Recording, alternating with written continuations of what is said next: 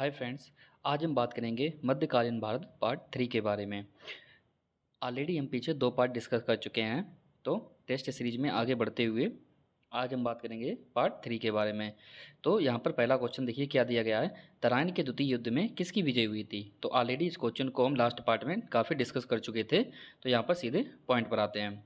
क्या कहा गया है, तराइन के द्वितीय युद्ध में किसकी विजय हुई थी। तो तराइन के द्वितीय युद्ध में किसकी विजय हुई थी, मोहम्मद गौरी की। किसकी विजय हुई थी, मोहम्मद गौरी की। तो यहाँ पर ऑप्शन नंबर बी सही हो जाएगा। देखिए तराइन का जो प्रथम युद्ध हुआ था वो कब हुआ था, 1191 में, क्लियर, जिसमें पृथ्वीराज चौहान की विजय हुई थी। दूसरा कब हुआ था, 1192 में। तराइन का दूसरा युद्ध कब हुआ, 1192 में, जिसमें मोहम्मद गौरी की विजय हुई। किसकी, मोहम्मद गौरी की विजय हुई जाके। क्यों, क्योंकि जयचंद ने इसका साथ दिया था। और क्यों साथ दिया था वो ऑलरेडी हम लास्ट पार्ट में डिस्कस कर चुके हैं। तो चलिए बढ़ते हैं नेक्स्ट क्वेश्चन की तरफ। आगे हमसे कहा गया है चंदावर का युद्ध कब हुआ था। तो चंदावर का युद्ध कब हुआ था, 1194 में। ऑप्शन नंबर इसका कौन सा सही हो जाएगा जाके, ऑप्शन नंबर डी। कब हुआ था, 1194 में। ध्यान देना, 1194 में 1194 में चंदावर का युद्ध हुआ जाके। तो यहाँ पर किसके किसके बीच में हुआ जाके चंदावर का युद्ध, मोहम्मद गौरी और किसके बीच में हुआ जाके, जयचंद के बीच में।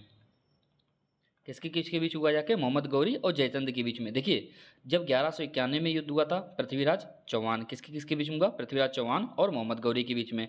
तो पृथ्वीराज चौहान ने इन्हें हरा दिया था। 1192 में तराइन का दूसरा युद्ध हुआ जाके, उसमें क्या हुआ जाके कि जयचंद ने इनका साथ दिया जाके, किसका, मोहम्मद गौरी का, जिससे कि पृथ्वीराज चौहान दूसरे युद्ध में हार गए थे। अर्थात दूसरे युद्ध में 1192 की अगर हम बात करेंगे जाके, तराइन के दूसरे युद्ध में, तो मोहम्मद गौरी विजयी हो गया। कौन विजयी हो गया, मोहम्मद गौरी विजयी हो गया। लेकिन मोहम्मद गौरी चूंकि बाहरी था, तो उसका वही काम है सभी को हराना, किसी का साथ लेके आपस में ही लड़वाना और उनको हराना। तो एक बार इसने क्या किया कि 1192 में तो जयचंद का साथ ले लिया था, और अगली बार में इसने क्या किया जाके, 1194 में इसने जयचंद को ही परास्त कर दिया, जिसे चंदावर के युद्ध के नाम से भी जाना जाता है। तो इस युद्ध में कौन जीता था, मोहम्मद गौरी जीता जाके चंदावर के युद्ध में।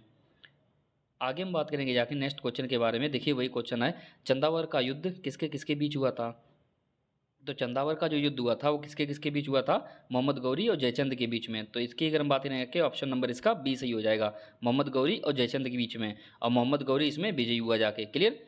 जयचंद का पहले साथ लेके इसने पृथ्वीराज चौहान को हराया और फिर बाद में जयचंद को भी हरा दिया। नेक्स्ट क्वेश्चन की अगर हम बात करेंगे जाके, अजमेर के संस्कृत विद्यालय के स्थान पर मोहम्मद गौरी ने कौन सी इमारत बनवाना आरंभ किया था। ध्यान देना, बनवाई नहीं थी, आरंभ किया था। तो कौन सी इमारत बनवाना आरंभ किया था, और वो कहाँ पर, अजमेर, अजमेर जो कि राजस्थान में पड़ता है, अजमेर के संस्कृत विश्वविद्यालय के स्थान पर। तो कौन सी इमारत बनवाना आरंभ किया था, अढ़ाई दिन का झोपड़ा। कौन सी इमारत बनवाना आरंभ किया, अढ़ाई दिन का झोपड़ा। तो इसका ऑप्शन नंबर ए सही हो जाएगा जाके, अढ़ाई दिन का झोपड़ा। आगे हम बात करेंगे जाके, अभी तक देखिए, अभी तक जो हमने जाना सब कुछ किसके किसके बारे में, महमूद गजनवी के बारे, अरबों के आक्रमण के बारे में, महमूद गजनवी के बारे में और मोहम्मद गौरी के बारे में। अब हम प्रवेश कर रहे हैं किसमें, सल्तनत काल के राजवंशों में। कहाँ पर, सल्तनत काल के राजवंशों में। तो यहाँ पर हम सबसे पहले देखेंगे जाके सल्तनत काल के राजवंशों को, कि कौन कौन से सल्तनत काल में राजवंश आए। देखिए कौन कौन से आए, एक कौन कौन सा आया जाके, गुलाम वंश, फिर उसके बाद में खिलजी वंश, फिर उसके बाद में तुगलक वंश, फिर उसके बाद में सैयद वंश, और उसके बाद में लोधी वंश। तो इन सबको आप याद कैसे रखेंगे जाके, तो देखिए कभी कभी क्या होता है एग्जाम में, सल्तनत काल के राजवंशों के क्रम को भी पूछ लिया जाता है कि कौन सा वंश पहले आया था, कौन सा वंश बाद में आया था। तो आपको वंशों का क्रम याद होना बहुत जरूरी है। तो इसलिए क्या करेंगे जाके, इनका कैसे याद देखेंगे क्या, कि अ गुल खिल तू सै लो में, क्लियर। यहाँ पर जो पहला और आखिरी वाला साइलेंट रहेगा, अर्थात इन दोनों का कोई मतलब नहीं है, क्लियर। तो अ गुल खिल तू सै लो में, तो सबसे पहले क्या आएगा जाके, गुल, गुल मतलब गुलाम वंश है, खिल, खिल मतलब होता है खिलजी वंश, अर्थात दूसरे नंबर पर कौन आया, खिलजी वंश। फिर खिलजी वंश के बाद में कौन सा वंश आया जाके, तू, तू मतलब होता है तुगलक वंश, क्लियर। सै, सै का मतलब होता है सैयद वंश, और लो मतलब होता है लोधी वंश, क्लियर। तो यहाँ पर आप देख सकते हैं ये पांचों राजवंशों ने, सल्तनत काल में कितने राजवंश आते हैं, 5 आते हैं, गुलाम वंश, खिलजी वंश, तुगलक वंश, सैयद वंश, लोधी वंश। अय गुल खिल तू सैलो में, अय गुल खिल, ऐसे ही इस लाइन को अगर आप 10 से 12 बार अपने दिमाग में रिपीट करेंगे तो ये लाइन आपको ऑटोमेटिक याद हो जाएगी। तो अय गुल खिल तू सैलो में, क्लियर। चलते हैं नेक्स्ट क्वेश्चन की तरफ। तो देखिए सबसे पहला ही क्वेश्चन क्या किया गया है, गुलाम वंश का कार्यकाल है। तो गुलाम वंश की अगर हम बात करें जाके मोहम्मद गौरी अंत तक चलता रहा, जाके चलता रहा, अंत में जाके मोहम्मद गौरी की मृत्यु भी होगी जाके। उसके बाद में क्या हुआ जाके, मोहम्मद गौरी का एक गुलाम भी था, कौन था, कुतुबुद्दीन ऐबक। तो उसने क्या किया जाके, गुलाम वंश की स्थापना की। कब की जाके, 1206 में। कब की, 1206 में गुलाम वंश की स्थापना की। क्लियर, कब की जाके, 1206 में। अब गुलाम वंश का यहाँ पर कार्यकाल पूछा जा रहा है, अर्थात गुलाम वंश की जिसने स्थापना की और अंतिम शासक जब तक रहा गुलाम वंश में, तब से तब तक गया था। ये कब से कब तक चला, तो याद रखना ये 1206 से लेके 1290 तक चला। कब से कब तक, 1206 से 1290 तक, अर्थात इसका ऑप्शन नंबर सी हो जाएगा। गुलाम वंश का कार्यकाल भी पूछा जा चुका है एग्जाम में। तो 1206 से 1290 तक गुलाम वंश का कार्यकाल है। क्लियर, आगे हम देखते हैं। दूसरी चीज़ इसमें एक चीज़ और ऐड करना चाहेंगे कि गुलाम वंश को अन्य किस नाम से जाना जाता है, तो इसी को हम दास वंश भी बोलते हैं। क्या बोल देते हैं, दास वंश भी बोलते हैं, या इसी को हम मामलुक वंश भी बोलते हैं। याद रखना, गुलाम वंश को हम दास वंश, क्योंकि गुलाम का मतलब ही होता है दास, तो गुलाम वंश को हम दास वंश भी बोलते हैं, और इसी को हम मामलुक वंश भी बोलते हैं। क्लियर, आगे देखते हैं नेक्स्ट क्वेश्चन की तरफ। क्या कहा गया है, गुलाम वंश की स्थापना किसने की थी, तो ऑलरेडी हम बता चुके हैं, गुलाम वंश की स्थापना किसने की थी, कुतुबुद्दीन ऐबक ने। किसने की थी, कुतुबुद्दीन ऐबक ने, क्योंकि ये गौरी का गुलाम था, जो मोहम्मद गौरी था ना उसी का गुलाम था। कौन था, कुतुबुद्दीन ऐबक। तो यहाँ पर अगर बात करेंगे जाके, तो इसका ऑप्शन कौन सा हो जाएगा, ऑप्शन नंबर इसका ए सही हो जाएगा। क्लियर, आगे हम बात करेंगे जाके, कुतुबुद्दीन ऐबक की मृत्यु कब हुई थी, कुतुबुद्दीन ऐबक की मृत्यु कब हुई थी, 1210 में हुई थी। कब हुई थी, 1210 में। देखिए गुलाम वंश की स्थापना इसने कब की, 1206 में, और 1210 में ही इसकी मृत्यु होगी, ठीक 4 साल बाद। 1206 में इसने इसकी स्थापना की गुलाम वंश की, और 1210 में इसकी मृत्यु होगी 4 साल बाद। क्लियर, अब कैसे हुई, क्योंकि चौगान या पोलो खेलते समय तो घोड़े से गिरकर इसकी मृत्यु हो गई थी। क्लियर, चौगान या पोलो नाम का एक खेल खेलते समय घोड़े से गिरकर इसकी मृत्यु हो गई थी। तो आगे देखते हैं, कुतुबुद्दीन ऐबक की मृत्यु लाहौर में चौगान या पोलो खेलते समय हुई थी। लाहौर जो कि वर्तमान पाकिस्तान में पड़ता है, कुतुबुद्दीन ऐबक की मृत्यु लाहौर में चौगान या पोलो खेलते, देखिए खेल का नाम है चौगान या पोलो खेलते समय घोड़े से गिरकर इसकी मृत्यु हुई थी। तो ये एग्जाम कई बार पूछा जाता है कि सल्तनत काल में किस शासक की मृत्यु चौगान या पोलो खेलते समय हुई थी, या घोड़े से गिरकर इसकी मृत्यु हुई थी, तो वो कौन था, कुतुबुद्दीन ऐबक था। तो इसको आप क्या करना, अच्छी तरह से याद रखना, किसकी मृत्यु हुई थी, कुतुबुद्दीन ऐबक की। आगे हम बात करेंगे जाके, कुतुबुद्दीन ऐबक को कहाँ दफनाया गया था, तो कुतुबुद्दीन ऐबक देखिए ये लाहौर में ही था, तो लाहौर में ही अगर खेलते हुए इसकी मृत्यु हुई थी तो इसे लाहौर में ही दफना दिया गया था। तो इसको कहाँ पर दफनाया गया, लाहौर में। लाहौर में था, वहीं पर खेल रहा था, वहीं इसकी मृत्यु हो गई, तो लाहौर में ही इसको दफनाया गया। आगे हम देखते हैं नेक्स्ट क्वेश्चन की तरफ। सल्तनत काल की राजकीय भाषा क्या थी, अर्थात जो राजकाज की भाषा क्या थी, अर्थात राज्य में कौन सी भाषा बोली जाती जिसके जरिए कामकाज किया जाता था, तो कौन सी भाषा इस्तेमाल की जाती थी, फारसी भाषा। कौन सी, फारसी, अर्थात सल्तनत काल की जो भाषा थी राजकीय भाषा वो फारसी थी।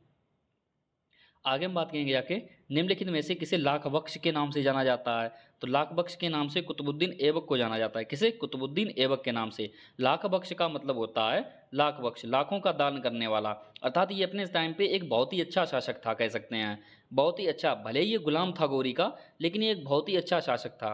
क्लियर, तो यहाँ पर अगर बात करेंगे जाके इसमें कि लाख बख्श के नाम से किसे आता है, कुतुबुद्दीन ऐबक को। और लाख बख्श का मतलब होता है लाखों का दान करने वाला या लाखों में दान करने वाला।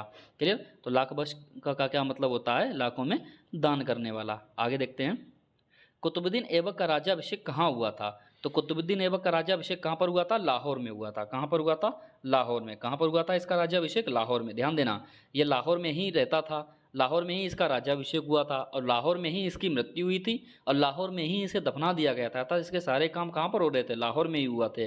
ये दिल्ली में कभी शासन करने के लिए आया ही नहीं। आगे हम बात करें जाके, दिल्ली में कुव्वत उल इस्लाम, देखिए ये जो अपना शासन चला रहा था ना, ये लाहौर से ही अपने फरमान जारी करता था, जितने भी आदेश जारी करता था या जितने भी काम करता था, ऑर्डर जारी करता था, ये लाहौर से ही जारी करता है। ये कभी भी दिल्ली में शासन कर बैठने के लिए, गद्दी पर बैठने के नहीं आया कि चलो हम दिल्ली में चलेंगे, दिल्ली में बैठेंगे और वहाँ से हम शासन चलाएंगे, ऐसा इसने कभी नहीं किया। तो आगे देखिए, दिल्ली में कुव्वत उल इस्लाम मस्जिद, दिल्ली में एक मस्जिद है, कौन सी है, कुव्वत उल इस्लाम मस्जिद, तो इसको किसने बनवाया था, कुतुबुद्दीन ऐबक ने। उसके बाद अजमेर में 2.5 दिन का झोपड़ा, याद है हमने पीछे क्वेश्चंस में डिस्कस किया था कि अजमेर में जो संस्कृत विश्वविद्यालय के स्थान पर जो 2.5 दिन का झोपड़ा बनवाना आरंभ किया था किसने, मोहम्मद गौरी ने, उसको इसने पूरा करवाया था, कह सकते हैं इसने पूरा बनवाया था। क्लियर, उसने केवल आरंभ किया था और मोहम्मद गौरी मर गया, लेकिन पूरा किसने करवाया जाके, अजमेर में 2.5 दिन का झोपड़ा कुतुबुद्दीन ऐबक ने। तो इसीलिए कहते हैं कि बनवाया था इसने, अर्थात इसने काम पूरा, उसने केवल आरंभ ही करवाया था और इसने पूरा कंप्लीट करवाया, पूरा बनवाया जाके, तो इसलिए इसी का नाम आता है। जब भी आपसे पूछा जाए कि अजमेर में 2.5 दिन का झोपड़ा किसने बनवाया था, तो कुतुबुद्दीन ऐबक ने। और दिल्ली में अजमेर, जो कि ऑलरेडी बता चुके कहाँ पड़ता है, राजस्थान में, तो दिल्ली में कुब्बतुल इस्लाम मस्जिद किसने बनवाई थी, कुतुबुद्दीन ऐबक ने। आगे हम बात करेंगे जाके, कुतुबुद्दीन ऐबक को सुल्तान के रूप में मान्यता कब मिली जाके, कुतुबुद्दीन ऐबक को सुल्तान के रूप में मान्यता कब मिली, तो इसको मान्यता कब मिली जाके, 1208 में। कब मिली जाके, 1208 में सुल्तान के रूप में मान्यता। ध्यान देना, सुल्तान की जो मान्यता देते थे ना, ये इराक के जो रहते थे वो कौन रहते, खलीफा। क्लियर, कौन देते थे, जो खलीफा थे, अरब देश में रहते थे खलीफा, वही जो थे किसी भी सुल्तान को किसी भी यानी कि शासक को कह सकते हैं कि सुल्तान की मान्यता देते थे। जो खलीफा थे वही किसी भी शासक को सुल्तान की मान्यता देते थे। तो इसको सुल्तान की मान्यता कब मिली, 1208 में। आगे चलते हैं नेक्स्ट क्वेश्चन की तरफ। कुतुबुद्दीन ऐबक ने 1206 से लेकर 1210 ईस्वी तक लाहौर से ही शासन किया। तो ऑलरेडी हम इस लाइन को डिस्कस कर चुके हैं, लाहौर से ही इसने शासन किया, इसने दिल्ली आने की कभी जरूरत ही नहीं समझी, क्योंकि ये इतना अच्छा ही शासन चलाता था। हातिम द्वितीय की संज्ञा किसे दी गई है, हातिम द्वितीय की संज्ञा किसे दी गई है, कुतुबुद्दीन ऐबक को। कैसे दी गई है, कुतुबुद्दीन ऐबक। तो इसका ऑप्शन नंबर सी हो जाएगा। हातिम द्वितीय का संज्ञा का मतलब होता है बहुत ही ज़्यादा, कह सकते हैं दान करने वाला। क्लियर, बहुत ही उदार व्यक्ति कह सकते हैं, बहुत ही दान करने वाला, तो उसे हातिम द्वितीय बोलते हैं। क्लियर, तो ये बहुत इस प्रकार का व्यक्ति था। आगे हम बात करेंगे जाके, हातिम द्वितीय की संज्ञा मतलब दानशीलता एवं उदारता के लिए। क्लियर, दानशीलता एवं उदारता के लिए हातिम द्वितीय की संज्ञा दी गई थी इसे। कुतुब मीनार का निर्माण किसने करवाया था, कुतुब मीनार का निर्माण किसने करवाया था,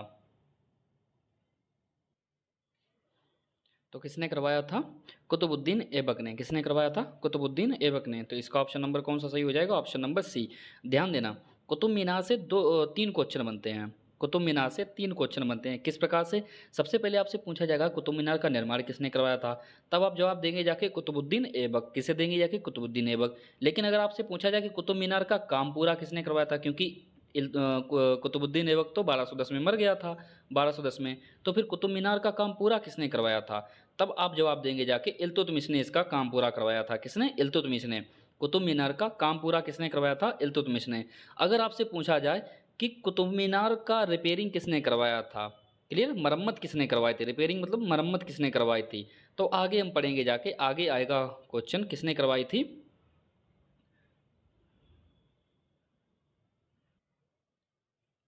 फिरोज शाह तुगलक ने। किसने, फिरोज शाह तुगलक ने। रिपेयरिंग किसने करवाई थी, फिरोज शाह तुगलक ने। तो आगे देखते हैं नेक्स्ट क्वेश्चन में क्या कहा गया है। कुतुबुद्दीन ऐबक ने कुतुब मीनार का निर्माण किसकी याद में करवाया था, यह क्वेश्चन कई बार पूछा जा चुका है, किसकी याद में करवाया था। तो इसके जो गुरु थे कुतुबुद्दीन बख्तियार काकी, इसके गुरु थे, कुतुबुद्दीन ऐबक के गुरु थे कह सकते हैं। तो किसकी याद में करवाया था, कुतुबुद्दीन बख्तियार काकी की याद में करवाया था। तो कुतुबुद्दीन से कुतुबुद्दीन आप रिलेट कर सकते हैं, बख्तियार काकी की याद में बनवाया था। कुतुबुद्दीन ऐबक का क्या अर्थ होता है, चंद्रमुखी। कुतुबुद्दीन ऐबक का क्या अर्थ होता है, चंद्रमुखी। आगे हम क्वेश्चन देखेंगे जाके, नालंदा विश्वविद्यालय को किसने नष्ट किया था, नालंदा विश्वविद्यालय को किसने नष्ट किया था। तो ध्यान देना, किसने नष्ट किया जाता है कि बख्तियार खिलजी ने। किसने किया था, बख्तियार खिलजी ने। किसने किया, बख्तियार खिलजी ने। ये बख्तियार खिलजी कौन था, कुतुबुद्दीन ऐबक का सेनापति था। कुतुबुद्दीन ऐबक का क्या था, सेनापति था। सेनापति क्या होता है, देखिए एक राजा होता है, उसकी सेना भी होती है, और जो पूरे सेना की देखभाल करता है, पूरी युद्ध नीतियाँ वगैरह बनाता है, कैसे सेना लड़ेगी, कैसे सेना को, कौन सी सेना को किधर भेजना है। तो ये जो सारी काम, जो काम काज होता है पूरी सेना का, अर्थात सेना का जो हेड होता है, सबसे ऊंचा पद, वो कौन होता है, सेनापति होता है। कौन होता है, सेनापति। तो नालंदा विश्वविद्यालय को किसने नष्ट किया था, जो कि बिहार में पड़ता है, नालंदा डिस्ट्रिक्ट में नालंदा विश्वविद्यालय था, एक बहुत ही प्रचलित विश्वविद्यालय था। क्लियर, तो इसको किसने नष्ट किया था, बख्तियार खिलजी ने। किसने, बख्तियार खिलजी ने। आगे देखते हैं, कुतुबुद्दीन ऐबक का सहायक सेनापति कौन था, बख्तियार खिलजी। तो ऑलरेडी हम बता चुके हैं, कुतुबुद्दीन ऐबक का सहायक सेनापति था बख्तियार खिलजी। आगे देखते हैं, कुतुबुद्दीन ऐबक के बाद गद्दी पर कौन बैठा जाके? तो कुतुबुद्दीन ऐबक की जब 1210 की अगर हम बात करेंगे जाके, 1210 में जब इसकी मृत्यु होगी जाके, तो इसके बाद कोई गद्दी पर भी बैठेगा। तो इसके बाद इसकी गद्दी पर कौन बैठा जाके? आराम शाह बैठा। कौन बैठा? आराम शाह इसकी गद्दी पर बैठा। लेकिन ये भी ज़्यादा दिनों तक गद्दी पर नहीं बैठा, ये केवल 7 से 8 महीने तक गद्दी पर बैठा। उसके बाद इसकी हत्या कर दी गई। उसके बाद इसकी हत्या कर दी गई, अर्थात ये भी गद्दी से हटा दिया गया। आगे देखते हैं। शमसुद्दीन इल्तुतमिश का कार्यकाल है, और जब उसकी हत्या कर दी गई तो उसके बाद उसकी गद्दी पर कौन बैठा? इल्तुतमिश। और इल्तुतमिश ने कहा था, क्या कहा था?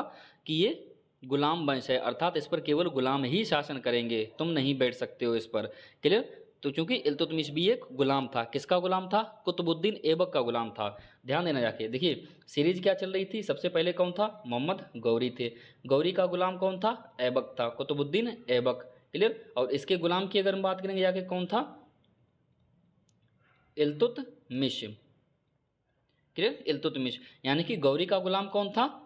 ऐबक। और ऐबक का गुलाम कौन था? इल्तुतमिश। इसीलिए इल्तुतमिश को गुलामों का गुलाम भी कहा जाता है, गुलाम का गुलाम भी कहा जाता है। क्या कहा जाता है? गुलाम का गुलाम। तो सबसे पहले हम बात करेंगे जाके शमसुद्दीन इल्तुतमिश का कार्यकाल है। तो कितना कार्यकाल है? ये 1210 से लेकर 1236 ईस्वी तक।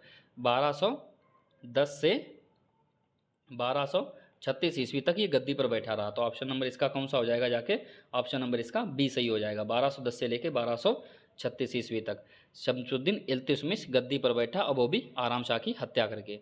आगे हम बात करेंगे जाके दिल्ली सल्तनत का वास्तविक संस्थापक किसे कहा जाता है? देखिए एक होता है संस्थापक, एक होता है वास्तविक संस्थापक। संस्थापक अर्थात जिसने शुरुआत कर दी हो उस सल्तनत की। तो कुतुबुद्दीन ऐबक को हम संस्थापक मानते हैं कि गुलाम वंश का, या फिर सबसे पहले जो पहला शासक बना दिल्ली सल्तनत का वो कौन बना? कुतुबुद्दीन ऐबक ही तो बना जाके। तो कुतुबुद्दीन ऐबक को दिल्ली सल्तनत का संस्थापक कहा जाता है, या फिर गुलाम वंश का संस्थापक कहा जाता है। क्लियर? क्योंकि सबसे पहला वंश भी गुलाम वंश था, और सबसे पहले दिल्ली सल्तनत में वही राजा बना आके। क्लियर? तो उसको हम क्या कहते हैं? संस्थापक। लेकिन इसको वास्तविक संस्थापक क्यों कहा गया? क्यों? क्योंकि कुतुबुद्दीन ऐबक जो था वो 1206 से लेकर 1210 तक केवल 4 साल ही गद्दी पर रहा, अर्थात वो कामकाज को ठीक से देख भी नहीं पाया, ठीक से कुछ कर भी नहीं पाया, कुछ बड़ा काम कर भी नहीं पाया। जबकि आप इल्तुतमिश को देखेंगे तो ये 1210 से लेकर 1236 ईस्वी तक गद्दी पर रहा जाके। 1210 से 1236 ईस्वी तक, अर्थात ये पूरे 26 साल के लगभग 25-26 साल गद्दी पर बैठा रहा, अर्थात इसने काफ़ी कुछ काम किया जाके। इसलिए इसने नींव को मजबूत किया, इस दिल्ली सल्तनत को मजबूत किया जाके, तो इसीलिए इसे दिल्ली सल्तनत का वास्तविक संस्थापक कहा जाता है। किसे? इल्तुतमिश को। इल्तुतमिश को दिल्ली सल्तनत का वास्तविक संस्थापक कहा जाता है। आगे देखते हैं क्वेश्चन में क्या कहा गया है। सुल्तान बनने से पूर्व इल्तुतमिश कहाँ के सूबेदार के पद पर था? कहाँ के सूबेदार के पद पर था? तो कहाँ के? बदायूं के। कहाँ के? बदायूं, जो कि हमारे उत्तर प्रदेश का एक जिला पड़ता है बदायूं, वहाँ का सूबेदार था। सूबेदार का मतलब होता है, देखिए जैसे कोई एक देश होता है, एक बहुत बड़ा साम्राज्य होता है। क्लियर? जैसे मान लीजिए कोई बहुत बड़ा साम्राज्य है, और वहाँ में छोटे छोटे इस प्रकार से उसके राज्य भी होंगे उस देश के अंदर में। क्लियर? तो उन्हीं में से ये लोग क्या कहते हैं? उसे एक सूबा बोलते हैं। क्या बोलते हैं? सूबा। और इस सूबा पर जिसका कंट्रोल रहता है ना, उसी को हम सूबेदार बोलते हैं। तो उसी प्रकार से पूरे साम्राज्य की अगर बात करें जाकर, तो कुतुबुद्दीन ऐबक तो शासन कर ही रहा था।